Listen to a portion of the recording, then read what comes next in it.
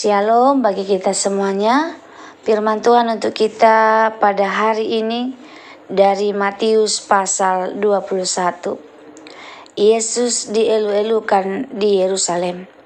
Ketika Yesus dan murid-muridnya telah dekat Yerusalem dan tiba di Betfage yang terletak di Bukit Zaitun, Yesus menyuruh 2 orang muridnya dengan pesan, "Pergilah ke kampung yang di depanmu itu, dan di situ kamu akan segera menemukan seekor keledai betina tertambat dan anaknya ada di dekatnya.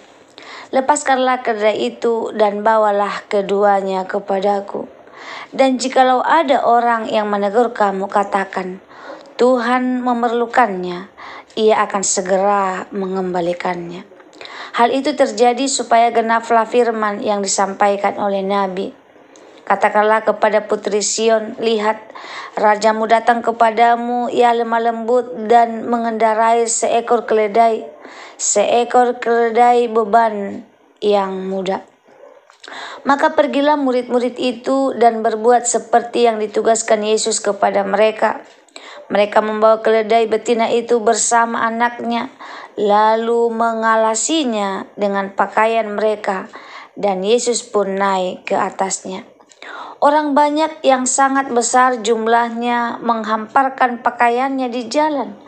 Ada pula yang memotong ranting-ranting dari pohon-pohon yang menyebarkannya di jalan.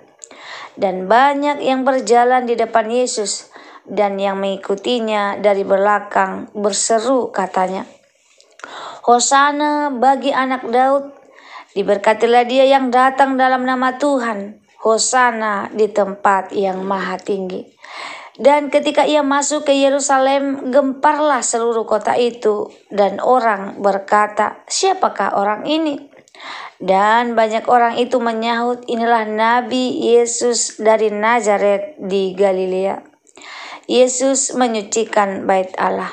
Lalu Yesus masuk ke bait Allah dan mengusir semua orang yang berjual beli di halaman bait Allah.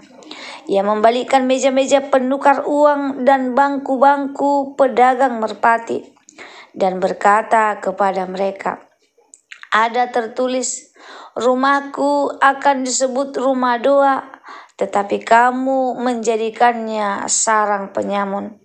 Maka datanglah orang-orang buta dan orang-orang timpang kepadanya dalam bait Allah itu, dan mereka disembuhkannya. Tetapi ketika imam-imam kepala dan ahli-ahli Taurat melihat mujizat-mujizat yang dibuatnya itu, dan anak-anak yang berseru dalam bait Allah, "Hosana bagi anak Daud," hati mereka sangat jengkel. Lalu mereka berkata kepadanya, "Engkau dengar apa yang dikatakan anak-anak ini?" Kata Yesus kepada mereka, "Aku dengar. Belum pernahkah kamu membaca, dari mulut bayi-bayi dan anak-anak yang menyusu, Engkau telah menyediakan puji-pujian?" Lalu ia meninggalkan mereka dan pergi keluar kota di Betania dan bermalam di situ. Yesus mengutuk pohon ara. Pada pagi-pagi hari dalam perjalanannya kembali ke kota, Yesus merasa lapar. Dekat jalan ia melihat pohon ara lalu pergi ke situ. Tetapi ia tidak mendapat apa-apa pada pohon itu selain daun-daun saja. Katanya kepada pohon itu, "Engkau tidak akan berbuah lagi selama-lamanya." Dan seketika itu juga keringlah pohon ara itu. Melihat kejadian itu, tercenganglah murid-muridnya lalu berkata, "Bagaimana mungkin pohon ara itu sekonyong-konyong menjadi kering?" Yesus menjawab mereka, "Aku berkata kepadamu, sesungguhnya jika kamu percaya dan tidak bimbang, kamu bukan saja akan dapat berbuat apa yang kuperbuat dengan pohon ara itu, tetapi juga jikalau kamu berkata kepada gunung ini, beranjaklah dan tercampaklah ke dalam lautan, hal itu akan terjadi. Dan apa saja yang kamu minta dalam doa dengan penuh kepercayaan, kamu akan menerimanya." Pertanyaan mengenai kuasa Yesus. Lalu Yesus masuk ke bait Allah, dan ketika ia mengajar di situ, datanglah imam-imam kepala serta tua-tua bangsa Yahudi kepadanya dan bertanya, Dengan kuasa manakah engkau melakukan hal-hal itu? Dan siapakah yang memberikan kuasa itu kepadamu?" Jawab Yesus kepada mereka, "Aku juga akan mengajukan satu pertanyaan kepadamu, dan jikalau kamu memberi jawabannya kepadaku, aku akan mengatakan juga kepadamu dengan kuasa manakah aku melakukan hal-hal itu. Dari manakah baptisan Yohanes? Dari sorga atau dari manusia?"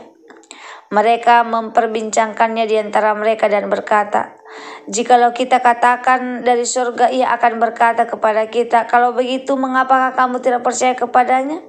Tetapi jikalau kita katakan dari manusia, kita takut kepada orang banyak, sebab semua orang menganggap Yohanes ini nabi." Lalu mereka menjawab Yesus, "Kami tidak tahu." Dan Yesus pun berkata kepada mereka, "Jika demikian, aku juga tidak mengatakan kepadamu dengan kuasa manakah aku melakukan hal-hal itu." Perumpamaan tentang dua orang anak. Tetapi apakah pendapatmu tentang ini? Seorang mempunyai dua anak laki-laki, dan ia pergi kepada anak sulungnya dan berkata, "Anakku, pergi dan bekerjalah hari ini dalam kebun anggur." Jawab anak itu, "Baik, Bapa," tetapi ia tidak pergi. Lalu orang itu pergi kepada anak yang kedua dan berkata demikian juga. Dan anak itu menjawab, "Aku tidak mau." Tetapi kemudian ia menyesal lalu pergi juga. Siapakah di antara kedua orang itu yang melakukan kehendak ayahnya? Jawab mereka, "Yang terakhir," katanya. Kata Yesus kepada mereka, "Aku berkata kepadamu, sesungguhnya pemungut-pemungut cukai dan perempuan-perempuan sundal akan mendahului kamu masuk dalam kerajaan Allah. Sebab Yohanes datang untuk menunjukkan jalan kebenaran kepadamu, dan kamu tidak percaya kepadanya. Tetapi pemungut-pemungut cukai dan perempuan-perempuan sundal percaya kepadanya. Dan meskipun kamu melihatnya, tetapi kemudian kamu tidak menyesal, dan kamu tidak juga percaya kepadanya." Perumpamaan tentang penggarap kebun anggur. Dengarkanlah suatu perumpamaan yang lain. Adalah seorang tuan tanah membuka kebun anggur dan menanam pagar sekelilingnya. Ia menggali lubang tempat memeras anggur dan mendirikan menara jaga di dalam kebun itu. Kemudian ia menyewa kebun itu kepada penggarap-penggarap lalu berangkat ke luar negeri. Ketika hampir tiba musim petik, ia menyuruh hamba-hambanya kepada penggarap-penggarap itu untuk menerima hasil yang menjadi bagiannya. Tetapi penggarap-penggarap itu menangkap hamba-hambanya itu.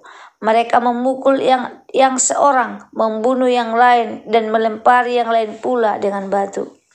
Kemudian Tuhan itu menyuruh pula hamba-hamba yang lain, lebih banyak daripada yang semula, tetapi mereka pun diperlakukan sama seperti kawan-kawan mereka. Akhirnya ia menyuruh anaknya kepada mereka, katanya, "Anakku akan mereka segani." Tetapi ketika penggarap-penggarap itu melihat anaknya itu, mereka berkata seorang kepada yang lain, "Ia adalah ahli waris, mari kita bunuh dia, supaya warisannya menjadi milik kita." Mereka menangkapnya dan melemparkannya keluar kebun anggur itu lalu membunuhnya. Maka apabila tuan kebun anggur itu datang, apakah yang akan dilakukannya dengan penggarap-penggarap itu? Kata mereka kepadanya, "Ia akan membinasakan orang-orang jahat itu, dan kebun anggurnya akan disewakannya kepada penggarap-penggarap lain yang akan menyerahkan hasilnya kepadanya pada waktunya." Kata Yesus kepada mereka, "Belum pernahkah kamu baca dalam kitab suci, batu yang dibuang oleh tukang-tukang bangunan telah menjadi batu penjuru? Hal itu terjadi dari pihak Tuhan, suatu perbuatan ajaib di mata kita. Sebab itu aku berkata kepadamu bahwa kerajaan Allah akan diambil daripadamu dan akan diberikan kepada suatu bangsa yang akan menghasilkan buah kerajaan itu. Dan barang siapa jatuh ke atas batu itu, ia akan hancur, dan barang siapa tertimpa batu itu, ia akan remuk." Ketika imam-imam kepala dan orang-orang Farisi mendengar perumpamaan Yesus, mereka mengerti bahwa merekalah yang dimaksudkannya. Dan mereka berusaha untuk menangkap dia, tetapi mereka takut kepada orang banyak, karena orang banyak itu menganggap dia nabi. Renungan untuk kita hari ini, dari Matius pasal 21 sampai 46. Saudara-saudara yang dikasihi Tuhan, kita hidup di dunia yang memuja kekuasaan, kekuatan, dan penampilan luar. Raja atau pemimpin biasanya ingin dihormati dengan kemegahan, iring-iringan besar, kuda-kuda terbaik, dan pakaian kebesaran. Tetapi Yesus, Raja di atas segala raja, justru masuk ke Yerusalem dengan seekor keledai, hewan beban yang sederhana. Ini mengajarkan kepada kita bahwa jalan Tuhan seringkali bertolak belakang dengan jalan dunia. Matius 21 membawa kita melihat 3 hal yang besar. Yang pertama, Yesus adalah Raja yang rendah hati. Yang kedua, Yesus mencari buah dari hidup kita. Dan yang ketiga, Yesus menuntut ketaatan yang nyata, bukan sekedar kata-kata. Baik, yang pertama, Yesus Raja yang rendah hati. Ayat 1-11. Yesus masuk Yerusalem untuk menggenapi nubuatan Zakaria 9 ayat 9. Orang banyak berseru Hosana, artinya tolonglah, selamatkanlah, dan mengakui dia sebagai anak Daud, sang Mesias. Pertanyaannya untuk kita, apakah kita menyambut Yesus hanya dengan kata-kata pujian, atau benar-benar menobatkan dia sebagai Raja di hati kita? Menyambut Yesus berarti siap menaatinya, walau perintahnya kadang tidak masuk akal, seperti menyuruh murid mencari keledai yang belum pernah dipakai. Yesus menyucikan rumah Allah, ayat 12-17. Yesus marah ketika bait Allah, tempat doa, dijadikan pasar. Ia menggulingkan meja-meja penukar uang dan mengusir para pedagang. Tuhan ingin kita menjadi rumah doa, bukan tempat kepentingan pribadi. Kadang Yesus harus menggulingkan meja dalam hidup kita, membongkar kebiasaan buruk, motivasi yang salah, atau dosa yang kita toleransi. Bayangkan seseorang yang membersihkan rumahnya untuk tamu istimewa, tetapi menemukan sarang tikus di ruang tamu. Tidak mungkin ia membiarkan, ia akan segera membersihkan. Demikianlah Yesus ingin membersihkan hati kita dari tikus-tikus rohani yang merusak. Yang ketiga, pohon ara yang tidak berbuah, ayat 18-22. Pohon ara tampak subur dari luar, tetapi tidak berbuah. Yesus mengutuknya dan pohon itu kering seketika. Maknanya, pohon ara melambangkan Israel yang religius secara luar, tapi kosong di dalam. Tuhan mencari buah dalam hidup kita. Kasih, kesabaran, kesetiaan, pelayanan, pengampunan. Jangan hanya punya penampilan rohani, ikut ibadah, tahu ayat, tapi tidak menghasilkan buah yang nyata. Iman sejati tidak hanya diucapkan, tapi terbukti melalui ketaatan dan tindakan. Ketaatan yang nyata, ayat 23-32. Perumpamaan 2 orang anak. Yang pertama mengiyakannya tetapi tidak taat. Anak yang kedua berkata tidak mau, tapi ia lalu berubah pikiran lalu melakukannya. Lebih baik awalnya salah tapi mau bertobat, daripada terlihat rohani tapi hatinya keras. Tuhan tidak mencari penampilan luar, tapi ia mencari ketaatan sejati. Lalu selanjutnya peringatan kepada orang yang menolak Kristus. Perumpamaan penggarap-penggarap jahat menggambarkan pemilik kebun adalah Allah, kebun anggur adalah Israel, penggarap adalah pemimpin agama, hamba adalah para nabi, anak pemilik. Mereka membunuh anak pemilik dan kebun itu akhirnya diambil darinya dan diberikan kepada bangsa lain. Kesempatan yang Tuhan berikan bisa diambil jika kita tidak setia. Jangan menolak suara Tuhan. Kita dipanggil untuk menjadi penggarap yang setia dan menghasilkan buah. Kesimpulan firman Tuhan untuk kita pada hari ini dari Matius 21. Yang pertama, sambut Yesus sebagai Raja yang rendah hati. Biarkan dia menyucikan hati kita dari segala yang tidak berkenan. Hasilkanlah buah yang nyata, bukan sekedar penampilan luar. Taatlah dengan sungguh, bukan hanya kata-kata. Gunakanlah kesempatan yang Tuhan berikan sebelum terlambat. Hari ini Tuhan mungkin mengetuk pintu hatimu.